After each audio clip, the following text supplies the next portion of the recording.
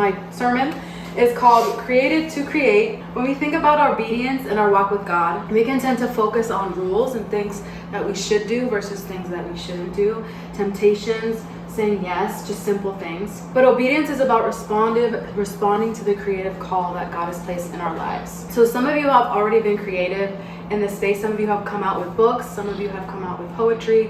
I myself wrote a song that came out last year, and that was crazy and fun. But a lot of you have a dream inside of you that God has placed there. And sometimes it can be even so scary that you're like, how do I even start? Where do I begin? So I hear you, I feel you, I've been there.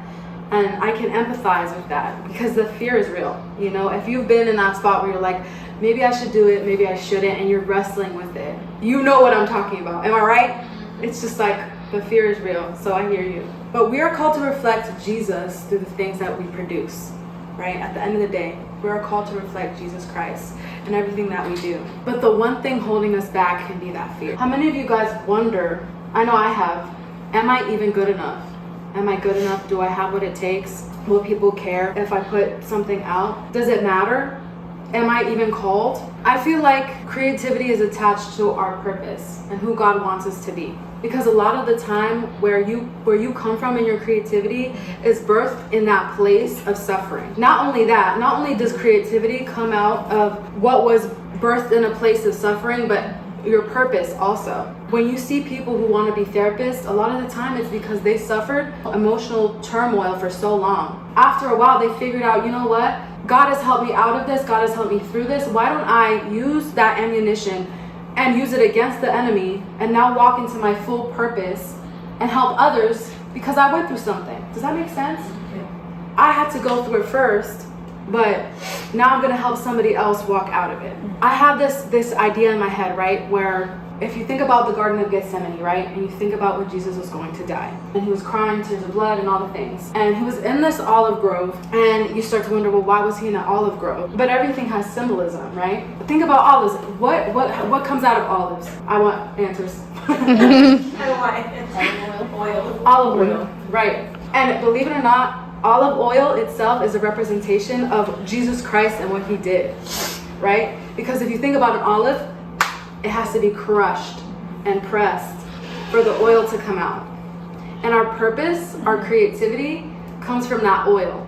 But the oil doesn't come out unless we're in that space of pressure, unless we're in that space of heartache, of pain, of suffering. During seasons where there's like a depression going on, like 2008 around there was like a semi-recession going on during that time. The most creative inventors and people and musicians started to produce. There was suffering happening. And that's where people were crushed and oil started coming out. Do you feel me? Same thing happened during the pandemic recently. A lot of people started to see things in a different light, and they took a minute to just stand still in that moment of crushing, and they were able to come out of it with new ideas, new songs, new music, new creativity, all the things. So if you're in that season right now of suffering or crushing and pressing, that's great. That's okay. God has a bigger purpose for that, and your oil is in that. We have the authority to create because we were created by the Creator. You know, we have that authority. We are co-authors with Christ, right? If you think about Adam at the very beginning of time, and Jesus was like, you know what? I made all these animals, but you're going to name them. And Adam had to creatively think of all the names that he was going to name these different animals. Like, he looked at a dog and he was like, yup, that's a dog. Yup, that's a cat. But we don't create on our own authority. We create because we're made in his image and because he gives us that authority. Hey, all right, maybe I made all this, but you can do this, you know? Maybe I made the entirety of the world, but there's an idea that you have that you can go off, take off with that. So he wants you to partner with him in your creativity. If you want to turn your Bibles to Ephesians 2:10, it tells us that we are God's workmanship, created in Jesus Christ for good works. This means that we're not just passive. We're called to bring his beauty, truth, and kingdom into the world through what we create. Not only do we look like him physically, like I'm sure like Jesus said, you know, at the very beginning, that we were made in his image. So I'm sure we might look like him, like physically, like Maybe he has hands, maybe he has eyeballs, maybe he has a nose, whatever. But more so in our character and the very good things about us and our full purpose and our full creativity and our full character, we resemble him, right? Even in our humor. If you watch The Chosen, which a lot of people might, we always talk about The Chosen, me and Erica, but if you watch The Chosen, it's funny. And there's a lot of moments where Jesus is cracking jokes or he's laughing at jokes that other people say. Even in that, like, Jesus is a creative person. He's a funny person. He is a full character. And so we have to reach our full potential, not only in that area, but in the fruits of the Spirit too, right? If you think about it. Because that they come from him.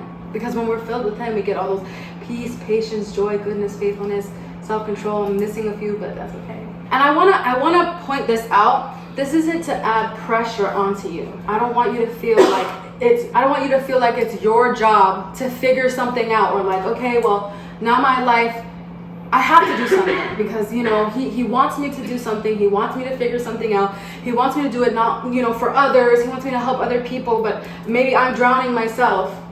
You know, maybe I'm going through something right now. Maybe I'm struggling right now to a point that I can't produce anything. And I hear you. He doesn't want you to do this alone.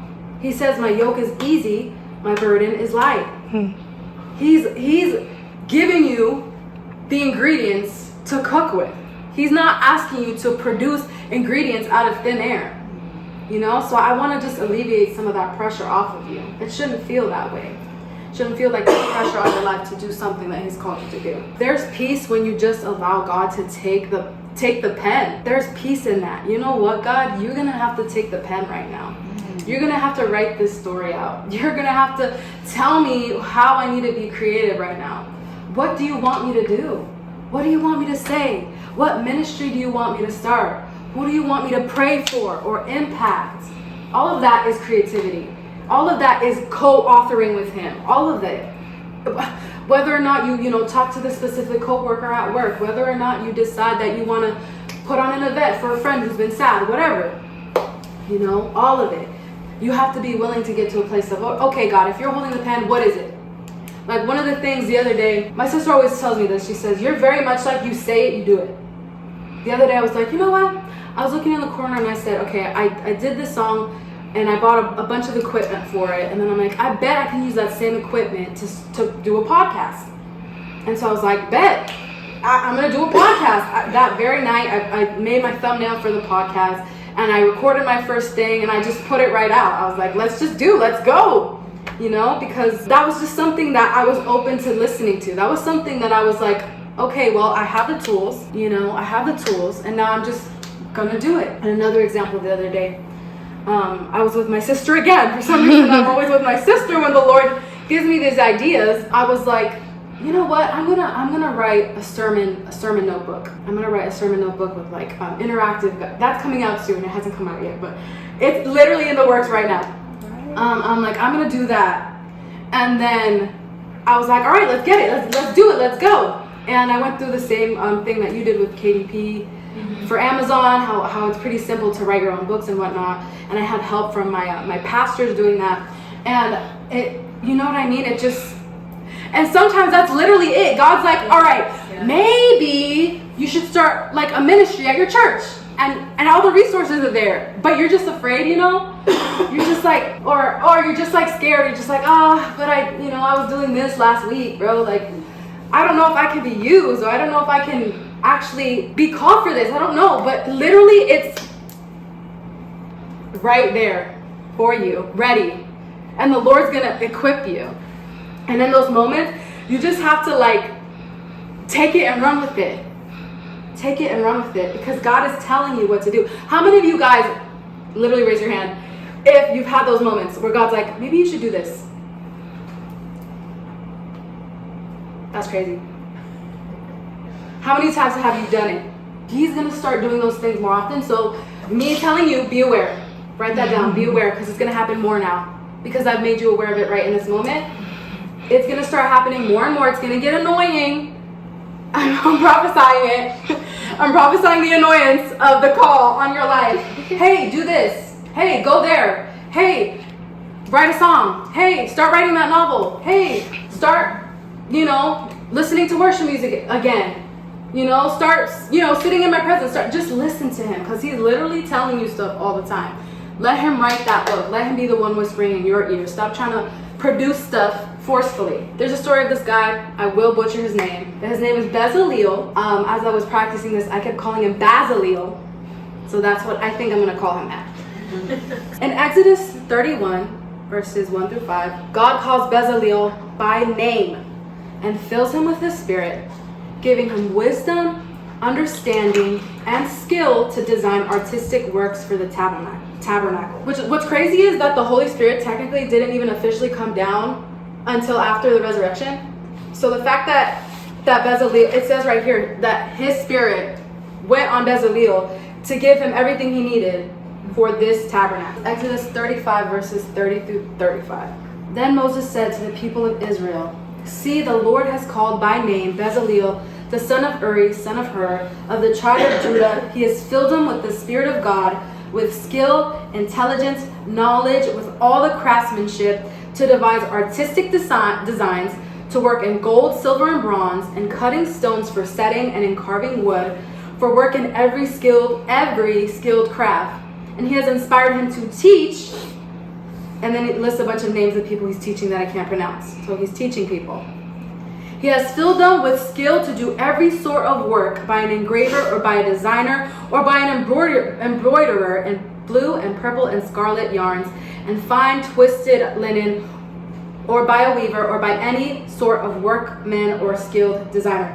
Okay, let me list how many things Bezaleel was in charge of in his creative moment for the tabernacle. I can't say that word. Tabernacle. I sound like one of my kids in school. I can't pronounce my R's right now. Okay. The Ark of the Covenant, the table for the bread of the presence, the golden lampstand, the altar of incense, the altar of burnt offering, the bronze basin, the courtyard of the tabernacle, and the priestly garments. That was all the things that the Lord put on Bezaleel to create. So this is for free because it wasn't in here, but think of all the different things that the Lord is gonna place in your life to create. It's not just one thing. Like, it's not just, okay, one book and I'm done. Or it's not just, one song and I'm done. Or it's not like one moment and I'm done. It's multiple things that the Lord is gonna call, because you've got a long life. Y'all are all young in this place. And there's gonna be multiple things that the Lord is gonna call you to do. But don't be afraid, because like it says here, He's gonna what? He's gonna put the Spirit of God on you so that you have all the tools to do the things that He's called you to do. Bezaleel's creativity was not random. It was intentional. It was chosen. It was purposeful. What if he had let fear stop him? If he was the one who was entrusted by God, what if he had let that fear actually stop him? And then you see all the other people that he was teaching. It wasn't just him. Like, he had all the ideas, but he was telling, hey, you over there, do this. You over there, do this. Then he wouldn't have even been able to teach other people how to create also.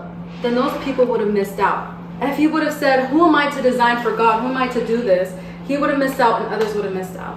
Okay, another person I can think of is Noah. He made a boat and he had specific instructions from God on how to do it, on the sides of it, on everything, on how many animals were to be on the boat, everything like that. And he's going to give you those exact measurements for what he's called you to do. But why did he choose Noah? Can someone actually answer that? Why did he choose Noah? He was the only righteous man. And creativity only comes from how deep and intimate you are with your relationship with Christ.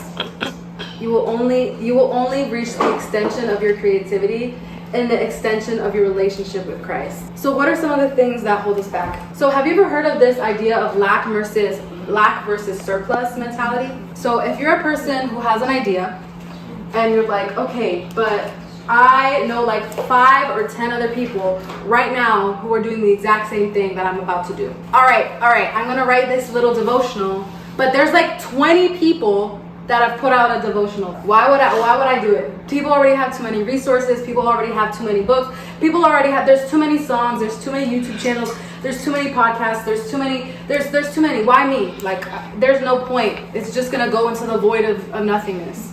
That's one mentality. And then the other one is, you know what? Yes, there's 20 devotionals that have been released this month, but I have a unique voice. I have a unique take. I have a unique testimony. God has put me through different things that he's put this other person through. And there's space for me still. That's surplus mentality. That's the mentality of going into something knowing that I'm not going to worry about if there's 20 of the same thing or if this market is oversaturated, because in my head, I'm going to look at it positively and be like, there's still space for me. You know, you never know what's going to take off anyway. Might as well try. You know, and that's a better mentality. That's going to keep you light. That's going to keep you not feeling that pressure or that like overthinking of, oh, what if? No, just do it. Some of the things that I've experienced personally that maybe some of you have experienced. Fear of failure is the first one. Just what if I try and it doesn't work? What if I like put my literal all into this? Blood, sweat, and tears, and nothing comes out of it. It just no one cares. No one is gonna take a second look. No one's gonna buy it. No one's gonna hear it, listen to it. That's a big fear. That's a big enough fear to stop people in their tracks. And I hear you. Just because of the fear of failure, I've been stuck in a place just like that. I remember I had a therapist once. By the way, therapy is great. Oh my gosh, especially when you have like a good Christian counselor. Oh my goodness, the amount of freedom that I've received in therapy. Find someone to mentor you or to counsel you or go to therapy, because your life will be changed. But I remember her telling her one day, I have a book full of songs that I have written, but I won't release a single one. I'm not gonna do it. And she's like, okay, why? And I said, cause like I'm just gonna put all this hard work into it and I'm gonna put it out and no one's gonna listen to it, and that will break my heart. You know, that will break my heart into 1,000 pieces, because that's my whole soul poured out on a page. And she's like, okay, well, what if you just do it for you? You know, what if you just put it out for yourself? Like, just to say that you did it. And I was like, oh, that's crazy, but I guess that's true. And she's like, yeah, just, you know, don't worry about it. And I was like, okay. And that's crazy, but sometimes fear is literally just that deep. It's just an emotion that you need to just overcome. And I was like, okay, let's try it. Comparison. This aligns with jealousy. This aligns with envy. They're all kind of on the same boat. Jealousy, like, okay, I do it okay, but this person does it way better. Or like, I can sing, but she can sing. For some reason, I just don't feel like I'll be good enough because this person is better. And that's something that I know probably a lot of you have struggled with, because this is one of my biggest things. And honestly, I'm still working on it. Let's talk about perfectionism. Did you know that, okay, this is something I found out recently, and then I was like, wow, that's kind of mind-blowing. So if you're like a really, really type A type of person, you typically won't produce as much as someone who's a C type of person. Like, who's like a, let's just go with the flow type of person. Why? That doesn't make sense. In my head, I'm like, wouldn't the type A person put more stuff out? Like, wouldn't they be more diligent? Wouldn't they want to produce more things? Wouldn't they want to, like, it just didn't make sense at first. But then I did more research and it was like, no, but the C person is okay with the fact that it's not going to be perfect. And they do it anyway.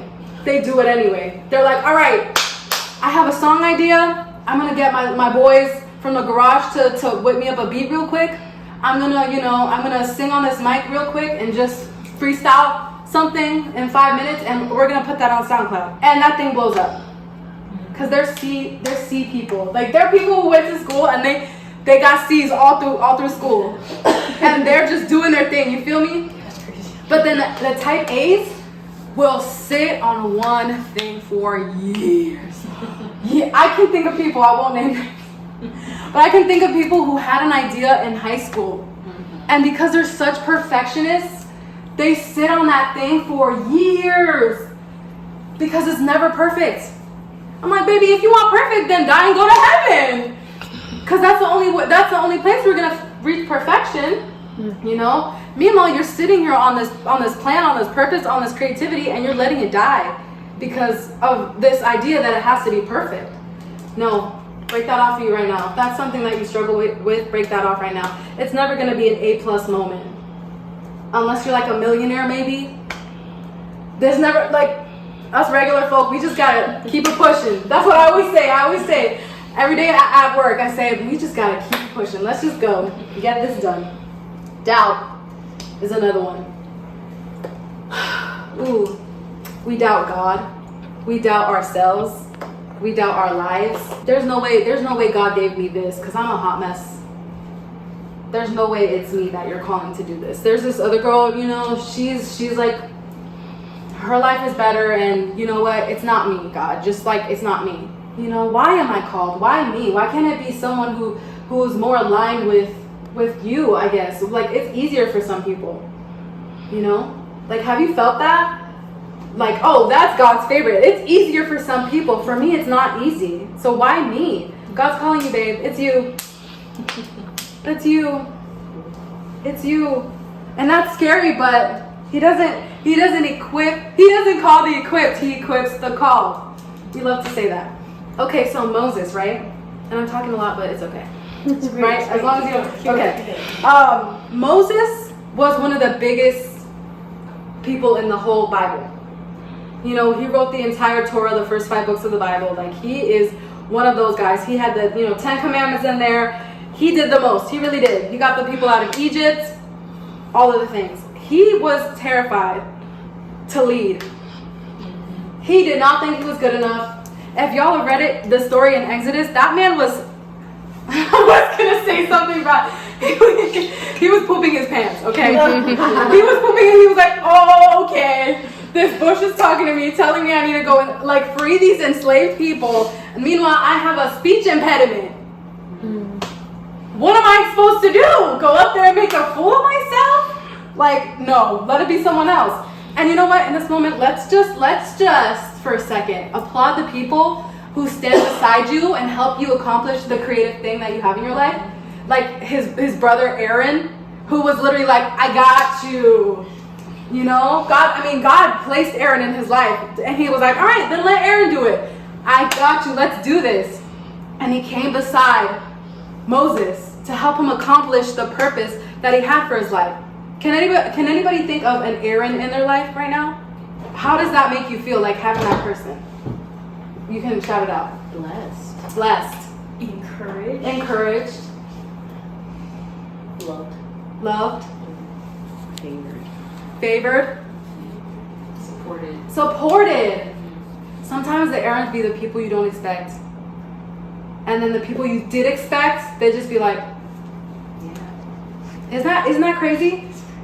As a creative, y'all feel that, right? Y'all are like, all right, this person's gonna support me. They're like my family. They're like my bro. They don't even care. Meanwhile, someone you barely know is like, ooh, snap, stop it right now. You're doing this? All right, period. Because I've been thinking you should do this. And now you're finally doing it? Let's go. And that's the most amazing part. That's the most amazing thing. So let's shout out those people who are in your corner. And if you don't have one, get you one. Because that's amazing. But my point is that God didn't need Moses to be perfect. He just needed him to say yes. And the same is true for us. He doesn't need you to be perfect. It can be in your mess. It's okay. God's going to work with you. You can start something in your mess and it all just evolve. It's fine. How many of you have gone for a walk and you felt so amazing afterward? Okay. But did you do that for anyone else? Well, who did you do it for? Me, myself, and I. No one's gonna care or burn calories for you. You know? A lot of the times our creativity can just be that. It can just be, okay, I'm feeling really depressed right now. Very depressed. Why don't I, instead of going for a walk today, why don't I just sit at my desk with a piece of paper and go for a walk on the page with my pen and see what comes out? And it turns out being this amazing poem like the one you wrote, which had me, you feel me? Same thing with you. And same thing with music. Same thing with anything that you create. Why don't I just take a walk on the page and let this be for me? What if sitting there at that desk, writing that down, was something so alleviating to your soul that you are now not depressed? And you can get up and do some stuff around the house, and you can sing songs and you can dance, and now you have something off your shoulders because you were creative. You know? It's peaceful. You know? What if you're having a chaotic day and you're like, listen, I'm just gonna sit with a canvas and I'm gonna paint something and just let my brush be floating on the page. That's for you. That's not for anybody else. Rest, happiness, peace, joy, comfort, all of those things can come from being creative. And sometimes that's just it. A lot of the times when you are creative and you think that way, you can say, okay, but if no one's gonna see it, what's the point? If no one's gonna see it, what's the point? There's a song that says, if a tree falls down in the forest, does it even make a sound? Like, will anybody hear it? Does it even make a sound? And that can be how we feel. Like, does it even matter if I do it? I gave you the example with my song. Another example here is that, for example, if I post my podcast, a lot of the time there's only like 12 views on it, not gonna lie. But the amount of research that I did got me closer to God. And now I've learned something from my own life.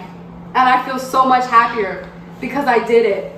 And it really doesn't have to be for anybody else.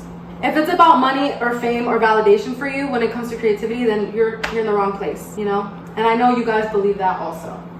It's not about fame, it's not about money, it's not about validation through your creativity. It's for God at the end of the day. To add to that, your creativity isn't just for you though. Okay, so yes, it's just for you, and sometimes it will only be just for you. And some songs that I've written will never ever see the light of day, and that's okay. But some will, because that song was meant for someone else. Bezaleel's work give Israel a place to worship.